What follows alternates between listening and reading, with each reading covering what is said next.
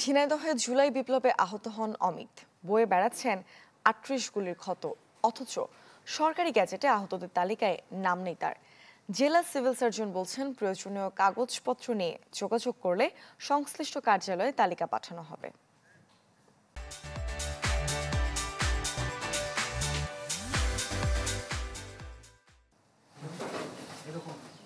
শরীরে ৩৮টি গুলির দগদগে ক্ষত বয়ে বেড়াচ্ছেন জুলাই বিপ্লবে আহত অমিত হাসান। মাথা, বুক ও শরীরের বিভিন্ন স্থানে গুলি গেঁথে থাকায় দিন দিন অবস্থার অবনতি হচ্ছে ঝিনাইদহের এই তরুণের। পরিবারের আর্থিক অসচ্ছলতায় হচ্ছে না সুচিকিৎসা। আহত হিসেবে নামও অন্তর্ভুক্ত হয়নি সরকারি গ্যাজেটে। ফলে তার সহযোদ্ধা ও পরিবারের মাঝে রয়েছে ক্ষোভ। আমাদের রক্তের বিনিময়ে একটা নতুন দেশ পেলাম, আমাদের রক্তের উপরে এই সরকার দাঁড়িয়ে আছে। আমরা তো এখনও সুচিকিৎসা পেলাম না, কোথায় গেলে আমরা সুচিকিৎসা পাবো? এখনও তার মাথায় হচ্ছে গিয়ে গুলি রয়েছে, সে কাজও করতে পারে না, আপনার হচ্ছে কথাও বলতে পারে না। তারপরেও তার হচ্ছে গিয়ে গ্যাজেট আসেনি।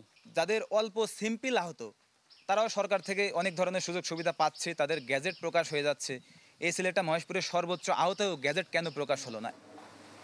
জেলা সিভিল সার্জন বলছেন, গ্যাজেটভুক্ত করতে প্রয়োজনীয় কাগজপত্র নিয়ে যোগাযোগ করলে সংশ্লিষ্ট কার্যালয়ে তালিকা পাঠানো হবে। এখানে যদি না আসে তাহলে আমরা করতে পারবো না, কারণ ও যদি আমাদের কোনো কিছু না দেয়, ন্যাশনাল আইডি কার্ড থেকে শুরু করে মেডিকেল ও ট্রিটমেন্টের পেপারস, কোন হসপিটালে ভর্তি ছিল, এগুলো যদি না আশেপাশে করতে হবে, আমার তো এমআইএস থেকে ওরা আসবে না বা ওটা জুলাই ফাউন্ডেশনে যাবে না। এই জন্যই হয়তো ও বাদ পড়তে পারে, কিন্তু ওকে তো আসতে হবে। আর আজকে পরে 11 মাস হয়ে গেল, ওর কেন এলো না সেটা তো আসলে একটা প্রশ্ন। ঝিনাইদহের বৈষম্য বিরোধী আন্দোলনের নেতাদের দেওয়া তথ্য মতে জেলায় 139 জন আহত হয়েছেন, যাদের মধ্যে 50 জনের নাম সরকারি গ্যাজেটে অন্তর্ভুক্ত হয়েছে। সাদ্দাম হোসেন, চ্যানেল 24, ঝিনাইদহ।